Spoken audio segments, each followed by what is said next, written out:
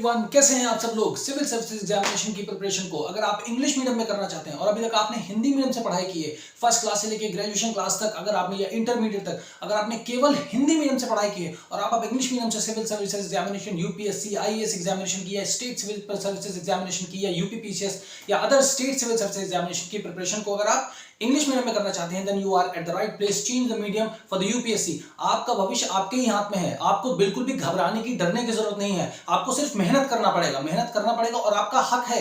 1000 से ज्यादा सीट्स आ रही हैं यूपीएससी में, ठीक है ना। आईएएस के एग्जाम में 1000 से ज्यादा सीट्स आ रही हैं। आप धरना करोगे, प्रदर्शन करोगे, आप सोचोगे कि हमारे लिए सरकार मीडियम चेंज करे या सरकार यूपीएससी के सीसैट में बदलाव कर दे, जहां पर इंग्लिश के 40+ क्वेश्चन आते हैं आउट ऑफ 80, तो वहां पर बहुत सारे हिंदी मीडियम के एस्पिरेंट्स बाहर हो जाते हैं, ठीक है ना। तो घबराने की बात नहीं है। प्रैक्टिकली आप सोचिए, आपको इमोशनली इंटेलिजेंट बनना है, इमोशनली अटैच नहीं। हिंदी की हम सभी रिस्पेक्ट करते हैं, ठीक है ना। हिंदी हमारी मातृभाषा है, उसको कोई भूल नहीं सकता। तो बिल्कुल भी घबराइए नहीं, मेहनत करिए, pull up your socks, you have to muster a little bit of courage and start preparing for the civil services in English medium. Those who want to change their medium into English medium, उनके लिए ये video है। और जितने भी civil services के aspirants हैं Hindi medium, मैं उनसे रिक्वेस्ट करूंगा कि एक बार आप कोशिश करिए कि आप अपनी एग्जामिनेशन जो आप हिंदी मीडियम से अभी तक करते आ रहे हैं, आप इंग्लिश मीडियम से करना शुरू करिए। आप सोचिए, अगर आप सिविल सर्विसेज की तैयारी पूरी की पूरी प्रिपरेशन अगर आप इंग्लिश मीडियम करेंगे, उसके बाद ultimately if you are not able to make it to the civil services examination, not able to make it to the list, तो क्या होगा? अल्टीमेटली आपके पास जो ये इतनी सारी नॉलेज रहेगी, आप मेहनत करेंगे और आप इंग्लिश मीडियम से रहेंगे, आपकी इंग्लिश स्पीकिंग अच्छी होगी, आपकी राइटिंग अच्छी होगी, रीडिंग अच्छी होगी, आपके दिमाग में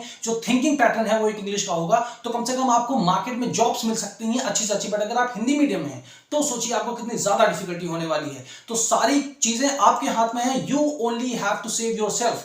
जितने भी हिंदी मीडियम एस्पिरेंट्स हैं वो सारे के सारे एक बार कोशिश करें। एक बार कोशिश करने की तो जरूरत है ना। आप देखिए ना कि अगर अभी तक कोई ऐसी कोचिंग नहीं है पूरे इंडिया में जो कि हिंदी मीडियम स्टूडेंट्स के बारे में ये सोचे कि जितने भी हिंदी मीडियम के स्टूडेंट्स हैं उन्होंने अभी तक हिंदी मीडियम में पढ़ाई की है, बंगाली में की है, पंजाबी में की है, किसी भी मीडियम की। बहुत सारे एस्पिरेंट्स हैं जो चेंज करना चाहते हैं, but there is no teacher, no coaching institute in our country जो उनकी नीड्स को कैटर करे, उनको सोचे कि ये हिंदी मीडियम के एस्पिरेंट्स हैं। मैं इनको क्या करता हूं, जितनी नेसेसरी ग्रामर है उसको पढ़ाता हूं, साथ में जो कंसेप्ट है वो पढ़ाता हूं, जो सिविल सर्विसेज एग्जामिनेशन का स्टडी मटेरियल है, जैसे कि एनसीईआरटी की बुक्स हो गई, एडवांस बुक हो गई, रेफरेंस वाली जो बुक हो गई, वो सारी को उनको पढ़ाते। तो हम लोग यहां से सबसे पहले how we will be doing this, किस तरीके से हम लोग इस एग्जामिनेशन की प्रिपरेशन करना शुरू करेंगे। और सबसे मोस्ट इंपॉर्टेंट पार्ट है कि अगर आप इंग्लिश मीडियम में करेंगे और स्लोली अगर आप अपनी हैबिट्स को डेवलप करेंगे, आप सीखेंगे इन सब चीजों के थ्रू, क्योंकि ये भी एनसीईआरटी का 5th पैराग्राफ है फर्स्ट चैप्टर का। तो आप न्यूज़पेपर की रीडिंग भी कर सकते हैं। न्यूज़पेपर कितना इंपॉर्टेंट है बताने की जरूरत नहीं है। Every single aspirant whosoever is preparing for the civil services examination either in Hindi medium or in English medium or in any other languages which are available in the Constitution of India knows clearly the importance of the newspaper, because जितना भी UPSC के syllabus है, mains का syllabus है and prelims का syllabus है, उसमें current affairs का कितना इंपॉर्टेंस है, it is not an hidden fact, ठीक है ना। तो आप अपने आप को स्ट्रेंथन करिए, मजबूत करिए। आप अपने आप को ऐसे वायरे में मत छोड़ दीजिए कि अरे मेरा क्या होगा, हम तो हिंदी मीडियम एस्पिरेंट्स हैं, हम तो जो है धरना प्रदर्शन करेंगे, ठीक है। ये सब आपको कुछ करने की जरूरत नहीं, ठीक है ना। तो अभी आइए स्टार्ट करते हैं अपनी सिविल सर्विसेज एग्जामिनेशन की प्रिपरेशन इन इंग्लिश मीडियम। जितने भी हिंदी मीडियम के हैं एक बुक ले लो आप अपने साथ में, जो ये 6th क्लास की एनसीईआरटी है, जिसका नाम है अवर पास्ट, मतलब हिंदी में है हमारे अतीत। जो भी पास्ट में घटनाएं घटी उसके बारे में दिस बुक टॉक्स अबाउट, उसी के बारे में ये किताब बात करती है, ठीक है ना। फर्स्ट चैप्टर है और फर्स्ट चैप्टर का नाम है what, where, how and when, ठीक है ना। ये सारे क्वेश्चन वर्ड्स हैं, यही हमारा चैप्टर का नाम है। इसको शीर्षक बोल लीजिए, टाइटल बोल लीजिए, ठीक है ना। चैप्टर का नाम बोल लीजिए, लेसन बोल लीजिए। इतना कठिन है नहीं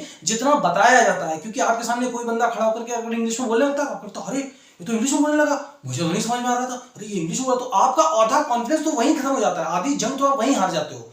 बिल्कुल करेक्ट बात बता रहा हूं, एकदम साफ बात बता रहा हूं। बहुत खराब भी लग सकती है किसी को कि मैं हिंदी मीडियम को डीमोटिवेट कर रहा हूं। नहीं, मैं डीमोटिवेट नहीं कर रहा हूं। हिंदी मीडियम बहुत अच्छा मीडियम है यार। हिंदी मीडियम के आप सभी जितने भी स्टूडेंट्स हो, आप फिजिक्स पढ़ सकते हो, मैथमेटिक्स पढ़ सकते हो, केमिस्ट्री पढ़ सकते हो, बायोलॉजी पढ़ सकते हो, नीट क्लियर कर सकते हो, आईआईटी क्लियर कर सकते हो। But when it comes to the civil services examination, UPSC examination, वहां पर आकर के एकदम से संख्या कैसे घट जाती है। 1000 लोगों का सिलेक्शन होता है, उसमें से 20 से 22 लोग केवल हिंदी मीडियम के होते हैं। तो क्यों आप मीडियम नीचे साफ साफ अगर आपको दिख रहा है। बट अगर आपको एक ऐसा मेंटोर मिल रहा है, चैनल आपको मिल रहा है who is ready to help you out कि आप इंग्लिश मीडियम से प्रिपरेशन करें, तो now you have to pull up your socks and muster some courage and let's straight away get dive into this particular paragraph, ठीक है ना। कैसे हम लोग उसको पढ़ेंगे, ठीक है ना। जैसे मैंने बताया 6th क्लास की एनसीईआरटी है, अवर पास्ट इसका नाम है, ठीक है ना। पूरी बुक का आप ये बुक खरीद लीजिए, एक छोटी सी नोटबुक आप बना लीजिए जिसमें भी जितना नेसेसरी ग्रामर है, जितनी ग्रामर आवश्यक है इस चीज को समझने के लिए, वो चीज मैं आपको बताऊंगा और वो चीज आपको सिर्फ अपने नोट डाउन करनी और आपको सीधे सीधे बढ़ते चले जाना। पूरी बुक को हम खत्म करेंगे पैरा बाय पैरा, छोटे छोटे जितने भी पैराग्राफ्स हैं, 8-8 10-10 लाइन के पैराग्राफ्स, उनको समझते हुए,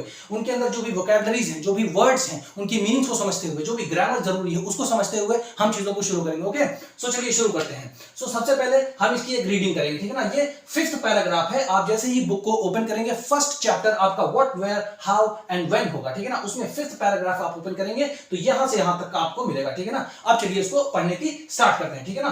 कॉन्फिडेंस बिल्कुल लूज नहीं करना है, हिम्मत बना के रखनी है और होगा। एक बुक अगर आपने कंप्लीट कर ली 6th क्लास की एनसीईआरटी, ट्रस्ट मी, आप इंग्लिश मीडियम से ही प्रिपरेशन करेंगे, आप हिंदी मीडियम से प्रिपरेशन नहीं करेंगे, क्योंकि ऐसा तो नहीं कि अनंत है ग्रामर, ठीक है ना, इनडेफिनेट नहीं है कि उसका कोई अंत ही नहीं है।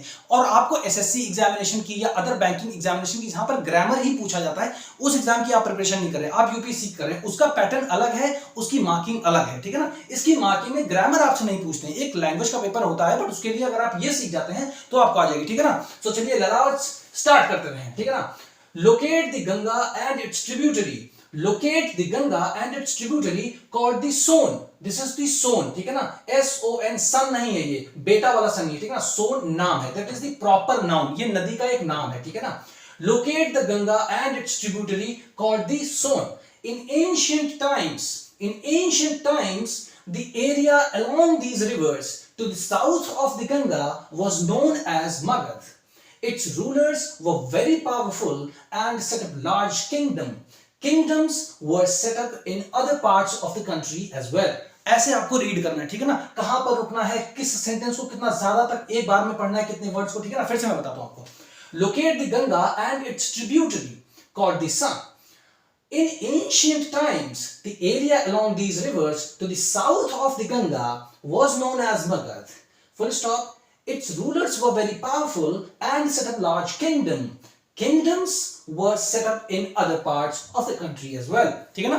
इस हिसाब से आपको रीड करना है।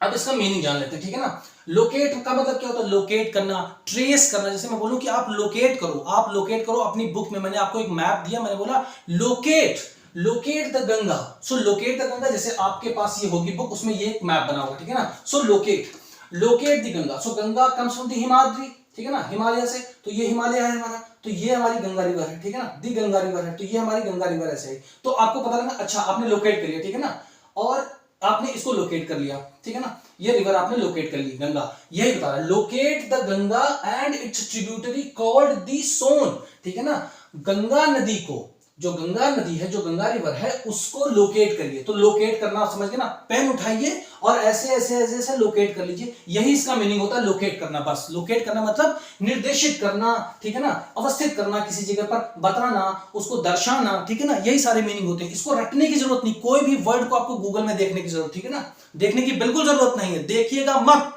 ठीक है। देखिए, locate the Ganga, so Ganga को लोकेट कर लिया, ठीक, यहां तक समझ में आ गया।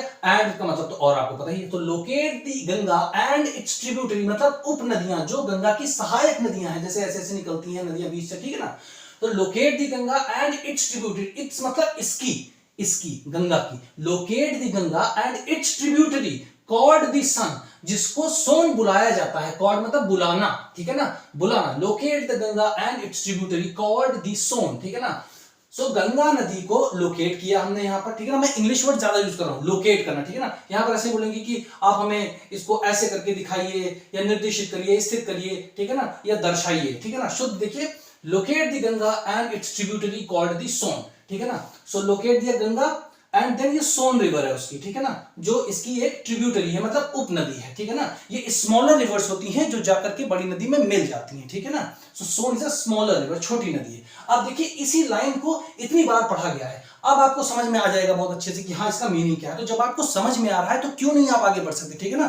सो आइए इधर फोकस करते हैं। इन एंशिएंट टाइम्स, इसको एंशिएंट नहीं पढ़ेंगे, बड़ा वाला ए नहीं लगाएंगे, ऐसे नहीं पढ़ते इसको। ये आ है ना, ये ए है, और ऐसे एंशिएंट, ठीक है ना, एंशिएंट, ये वाला सा लगाएंगे इसमें, ठीक है ना। एंशिएंट ऐसे इसको हिंदी में पढ़ेंगे, ठीक है।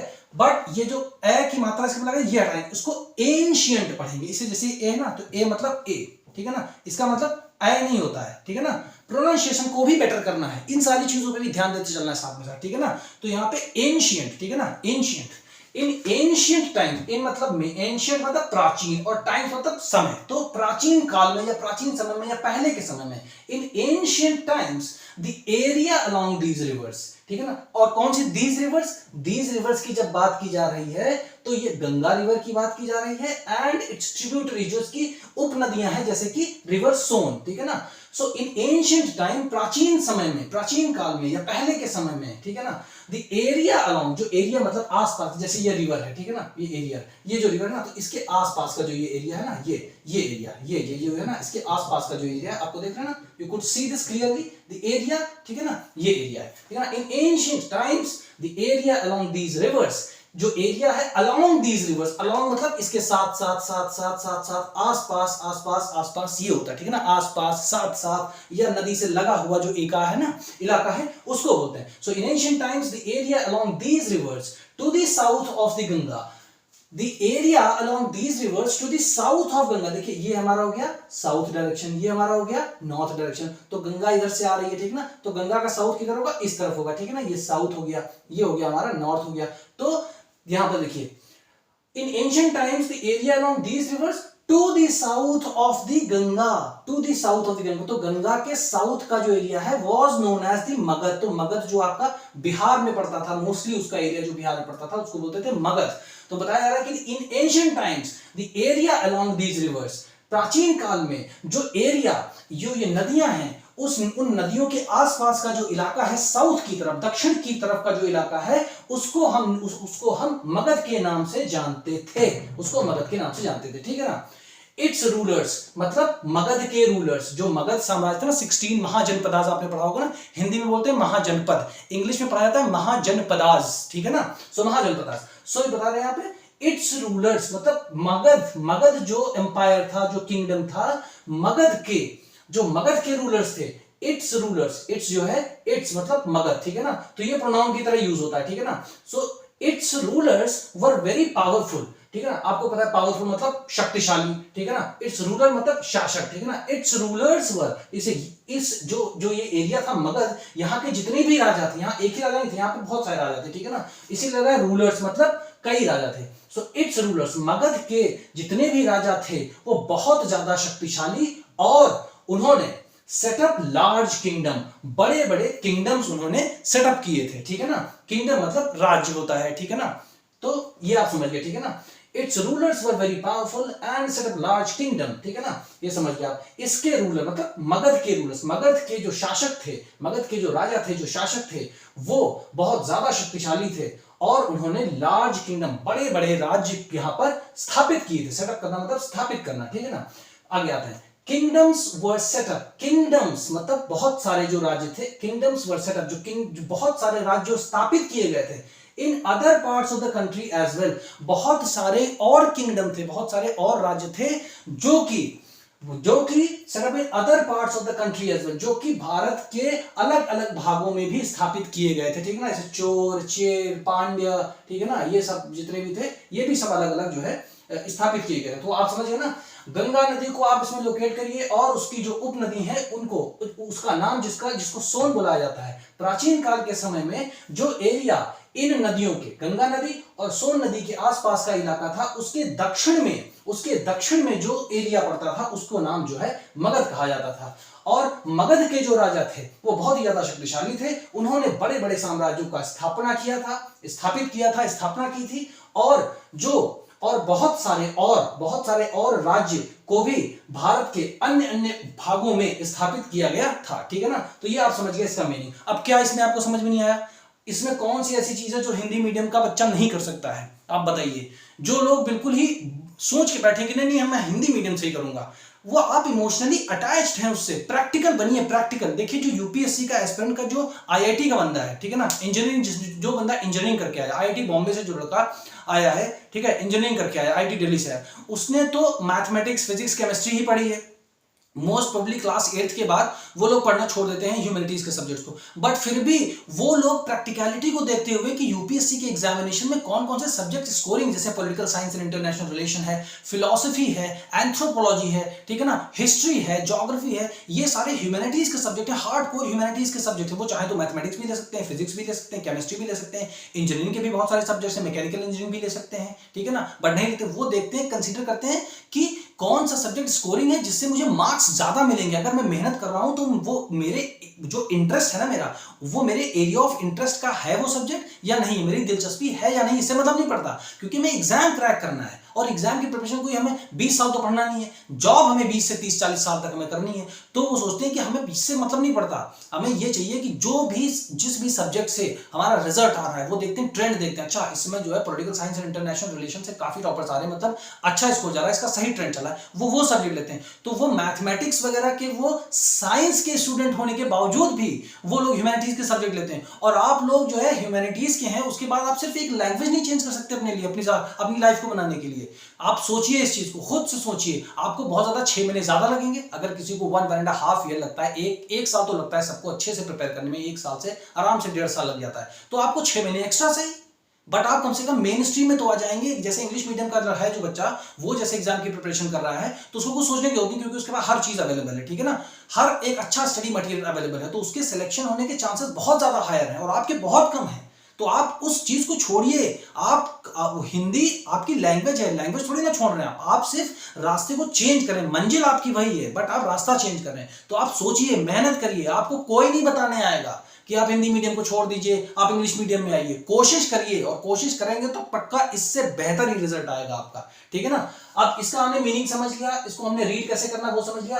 अब इसके अंदर जो भी नेसेसरी ग्रामर है, जो भी जरूरी ग्रामर के जो भी पार्ट है, उनको हम जल्दी से डिस्कस कर लेते हैं, बहुत ज्यादा नहीं, क्योंकि आप अगर इसकी मीनिंग समझ गए आप नेक्स्ट पैराग्राफ पे मूव ऑन कर सकते हैं, ठीक है ना। अब इसमें जो है कि इसमें सबसे पहले देखते हैं दा लगा होता है, ठीक है ना। अभी जो भी चल रहा है ग्रामर का वही पढ़ा रहा हूं, ठीक है ना। जो इसमें दा लगा होता है, तो मैंने बताया था ना, डेफिनेट आर्टिकल होता है, ये डेफिनेट आर्टिकल होता है, ठीक है ना, इसको बोलते हैं दा, ठीक है ना, ये दा होता है। अब ये कैसे लगता है, अब देखिए इंग्लिश लैंग्वेज है, अब ये लिखी है, अब क्या है ना, हर चीज के पीछे कोई लॉजिक नहीं होता। अब उनको अपनी लैंग्वेज को बिल्कुल अच्छा बनाना। अब जैसे मान लीजिए जैसे जीन्स है, ठीक है ना, अब हम लोग की जीन्स है, उसमें जिप्स हैं, उसमें पॉकेट्स हैं, ठीक है ना, उसमें सब कुछ है, बट अभी क्या मजा नहीं आ रहा, उसको क्या फाड़ दिया 20 से 3-4 जगह से, क्यों, क्योंकि स्टाइल मारना है, ठीक है ना, बस वही समझ लीजिए आप। यहाँ पे दा है, इसको लगाए या ना लगाएं। अगर आप आंसर राइटिंग लिख रहे हैं, इसको आप नहीं लगाते दा आंसर्स में, कोई आपको कुछ पूछने वाला नहीं। स्पीकिंग में भी आप नहीं बोल पाते दा, ये छूट जाता, कोई फर्क नहीं पड़ता, किसी को पता ही नहीं चलता, किसी को मतलब नहीं इससे, ठीक है। बट अब लैंग्वेज है तो अब लिखा है तो समझ लेते हैं। तो बस एक उनका लॉजिक है कि नहीं हम और फैंसी बनाएंगे लैंग्वेज को, तो उन्होंने ग्रामर में लिख दिया कि अगर आप रिवर का नाम जब भी लिखेंगे तो उससे पहले आपको दा लगाना है, ठीक है ना। रिवर का नाम लगाया दा, जैसे ही रिवर देखा उसके पहले दा, कोई माउंटेन देखा उससे पहले दा, ठीक है ना, कोई हिल्स देखा उससे पहले दा, ओशन देखा, ओशन मतलब समुद्र देखा दा, समुद्र के बाद जो हमारे छोटे छोटे ये होते हैं हमारे समुद्र हैं, ठीक है ना, सीज हो गए, ठीक है ना, ये देखा दा लगा दिया, ठीक है, समझ गए। इतनी बार बोल दिया दा, अब आपके दिमाग से दा निकलेगा नहीं, ठीक है ना। अब उसके बाद आते हैं, फिर दूसरी बार दा है, यहाँ पर देखिए ये भी गंगा भी रिवर है, सोन भी रिवर है। अगर इसकी ट्रिब्यूटरी है तो क्या फर्क पड़ता है भाई, इंग्लिश लैंग्वेज में इज्जत तो इसको भी मिलेगी ना, दा लगा हुआ यहाँ पर भी, ठीक है ना। उसके बाद इन ancient times the area along these reverse, अब क्या है यहाँ पे हाईलाइट, एक तो हो गया माउंटेन्स के साथ, रिवर्स के साथ, ठीक है ना, या जितनी भी सेलेस्टियल बॉडीज हैं हमारे, द सन है, द मून है, द अर्थ है, द जुपिटर है, द मार्स है, द नेपच्यून है, जितनी भी इनके साथ लगते हैं, ठीक है ना। अब उसके बाद यहाँ पे क्यों लगा, बोलोगे सर यहाँ पे कैसे लग सकता है, क्योंकि ये तो एरिया से पहले लगा है, ये जो दा है ये तो एरिया से पहले लगा है। एरिया से पहले क्यों लगे भाई, क्योंकि हम हाईलाइट करते हैं, तो एक इसका यूज है हाईलाइट करना, हाईलाइट करना, जो हाईलाइट करते हैं किसी भी चीज को, तो उससे पहले भी हमारा दा जो है, जो एक डेफिनेट आर्टिकल है वो लगता है। डेफिनेट मतलब निश्चित, ठीक है ना, जो निश्चित है वो लगता है, तो निश्चित है कोई चीज, ठीक है ना। अब क्यों, अब इसको समझ लेते हैं। जो एरिया है ना, ये नदियां जो हैं, गंगा नदी और जो सोन रिवर है, इसके आसपास का जो एरिया है ना, उस एरिया को हाईलाइट कर रहे हैं, ठीक है ना, क्योंकि उस एरिया के आसपास के साउथ के हिस्से में ही मगध राज्य था। तो इसको समझाने के लिए ये एरिया बहुत इंपॉर्टेंट है ना, क्योंकि मगध राज्य कहां होगा, किसी एरिया पे ही तो होगा, ये जैसे एरिया इसके अंदर ही तो मगध वाला किंगडम होगा ना। तो इसलिए इस एरिया को हाईलाइट करने के लिए, इज्जत देने के लिए यहां पर द का प्रयोग किया गया है। I hope everybody must be making some sense. आप, मुझे लगता है आप सभी लोग इस चीज का सेंस को समझ रहे होंगे, ठीक है ना। तो फिगरेटिव मीनिंग आपको समझना है, ठीक है ना, फिगरेटिव मीनिंग। खाली जैसे लिखा गुड मतलब अच्छा, तो गुड मतलब मतलब अच्छा में समझिए, वो तो एक सिंगल वर्ड है और उसका सिंगल मीनिंग है, बट अगर वो कॉन्टेक्स्ट में यूज होगा किसी पैराग्राफ में तो उसका मीनिंग बदल जाता है, ठीक है ना। तो एक ये वाला दा हो गया हमारा, ठीक है ना, ये दा हो गया, ये दा हो गया, ये दा हो गया, फिर यहाँ पे दा लगा है। जितनी भी डायरेक्शंस होती हैं एकदम आंख बंद करके याद कर लीजिए, आपको गैंग्स ऑफ वासेपुर को याद रखना है। डेफिनेट एक उसमें कैरेक्टर होता था, ठीक है ना। ये होता है द, हमारा होता है आर्टिकल, ठीक है ना, आर्टिकल ग्रामर में होता है, ठीक है। तो एक होता है डेफिनेट आर्टिकल, एक होता है डेफिनेट आर्टिकल, एक होता है इनडेफिनेट आर्टिकल, ठीक है ना। इनडेफिनेट आर्टिकल होता है ए और एन, और ये डेफिनेट आर्टिकल होता है द, ठीक है ना, द, दी, द, दो हम इसको ऐसे ही पढ़ते हैं, दी पढ़ लीजिए, ठीक है, दा पढ़ लीजिए, बस, ठीक है। ये इसका उच्चारण होता है, प्रोनाउंसिएशन होता है, ठीक है ना। तो डेफिनेट एक उसमें कैरेक्टर था ना गैंग्स ऑफ वासेपुर मूवी में, ठीक है ना, जो गैंग्स ऑफ वासेपुर में था।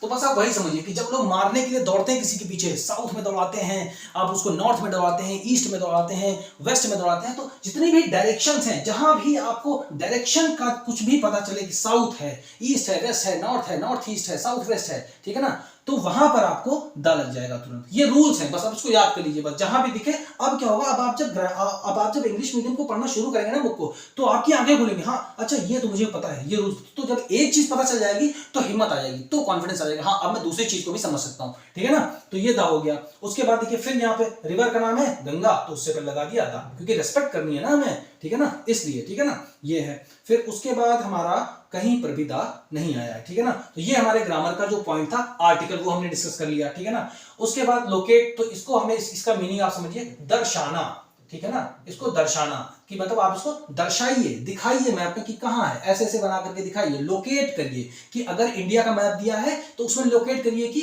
गंगा रिवर कहां। अब यहां तो आप दिखा नहीं देंगे, तो यहां दिखाएंगे ना, जहां पर है वहीं पर दिखाएंगे। तो ये होगी आपकी रिवर, ठीक है, एक्सक्यूज मी। तो ये हो गया लोकेट, लोकेट मतलब आप इसको दर्शाइए, दिखाइए। दी गंगा, एंड मतलब और होता है, इट्स मतलब इसकी, गंगा जहां इट्स लगा हो उसके पहले वाला जो वर्ड होता है बस उसका, तो इसको हिंदी में बोलते हैं इसका, इसका, ठीक है ना, इसका हो गया। ट्रिब्यूटरी मतलब उपनदी, ठीक है ना, तो छोटी नदी, ठीक है ना, उपनदी जो होती है। फिर कॉर्ड मतलब बुलाना, ठीक है ना, यहां पर बुलाना, ऐसे आप लिखिए, आप समझ जाएंगे, ठीक है ना, बुलाना, द सन, ठीक है ना।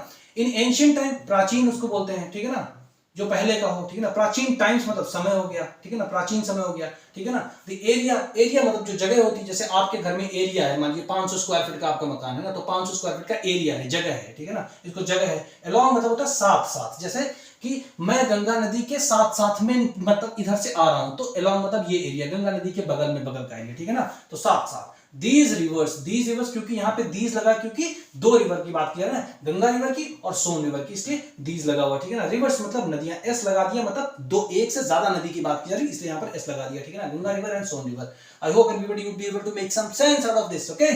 सो to the south of the Ganga, so south मतलब आपको पता है दक्षिण होता है, ये दक्षिण जहां पे रजनीकांत जी रहते हैं, ठीक है ना, बहुत बड़े सुपरस्टार हैं हमारे देश के, ठीक है ना। तो साउथ, तो उससे आप जो है आराम से कनेक्ट कर सकते हैं, ठीक है ना। फिर यहाँ पर Ganga was known as, known मतलब जाना जाता है इसे, नो मतलब डू यू नो मी, क्या आप मुझे जानते हैं, नो मतलब जानना, do you know me, do you know me, do you know me, क्या आप मुझे जानते हैं, यस यू नो मी, हाँ आप मुझे जानते हैं, जानना होता है, ठीक है ना, नोन हो गया, ठीक है। फिर ये मगध, तो ये प्रॉपर नाउन है, क्योंकि मगध एक साम्राज्य का नाम था, सबसे ज्यादा पावरफुल किंगडम था, जो वन ऑफ द 16 महाजनपदास थे हमारे, ठीक है ना, तो उसमें था ये, ठीक है ना। फिर इट्स मतलब इसके बारे में बताया जा रहा है, इट्स मतलब इसके होता है, फिर से लिख लीजिए, बार बार यही सारे वर्ड्स रिपीट होकर एक भी चैप्टर आपने सही से पढ़ लिया पूरा 6th क्लास की एनसीईआरटी का, ठीक है ना, जो मैं पढ़ा रहा हूं, जिस तरीके से मैं आपको पढ़ा रहा हूं, अगर आपने 10-12 दिन भी दे दिए, आप लिख करके रख लो, आप हिंदी मीडियम से प्रिपरेशन नहीं करोगे, आप इंग्लिश मीडियम से करोगे। और मुझे हिंदी मीडियम से कोई दुश्मनी नहीं है, अरे हिंदी मीडियम के लोगों में इतना पोटेंशियल है, उसके बाद भी रिजल्ट आता है 1000 सीट में से 20, 25, 30 लोग सेलेक्ट हो रहे हैं, बस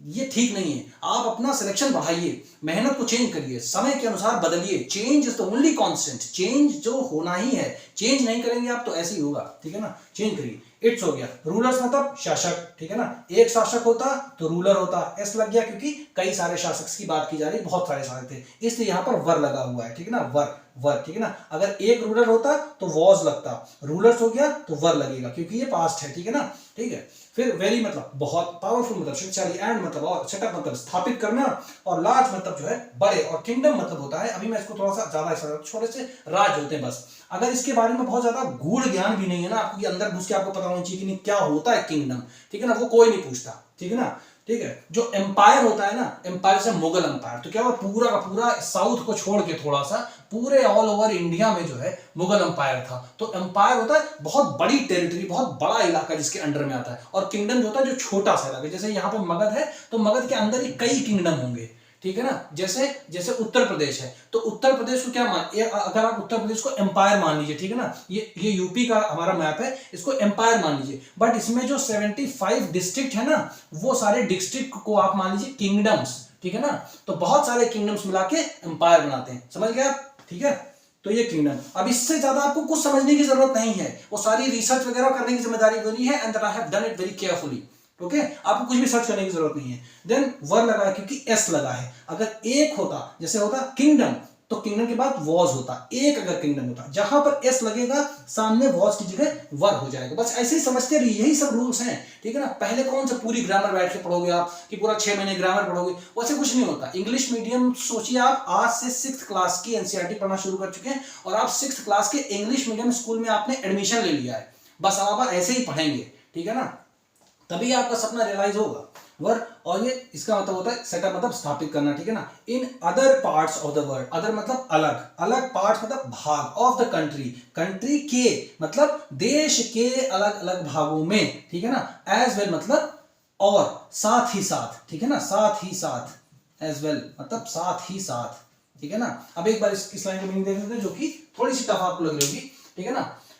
यहां से देखते हैं, rulers were very powerful and set up large kingdom, kingdoms were set up in other parts of the country as well. मतलब जो मगध के आसपास जो गंगा का दक्षिण का जो इलाका था, वहां पर तो राज्य डेवलप हुए ही, वहां पर तो किंगडम जो है बने ही, साथ ही साथ भारत के अलग भागों में भी, साथ ही साथ भारत के अलग भागों में भी बहुत सारे किंगडम जो है स्थापित हुए, ठीक है ना। ये आप समझ गए। ग्रामर मैंने आपको समझा दिया, रीडिंग मैंने आपको समझा दिया, वर्ड मीनिंग मैंने आपको समझा दिया, ठीक है ना। अब आपकी जिम्मेदारी क्या है, आपकी जिम्मेदारी यह है कि this is the WhatsApp number that is given, I will be reading it out, I will be spelling it out, okay. ऐसे ही बोलना है, अगर आप किसी नंबर पर, तो please spell it out, please spell out your phone number, mobile number, alright. So it's 7080507433। इस number पे क्या करना है आपको सबसे पहले इसको आराम से पढ़ना है, इसके वर्ड मीनिंग्स को याद करना है, उसके बाद आपको इसको अपने शब्दों में, अपने खुद के शब्दों में, क्योंकि आंसर राइटिंग बहुत इंपॉर्टेंट है ना, यहीं से शुरू होती है।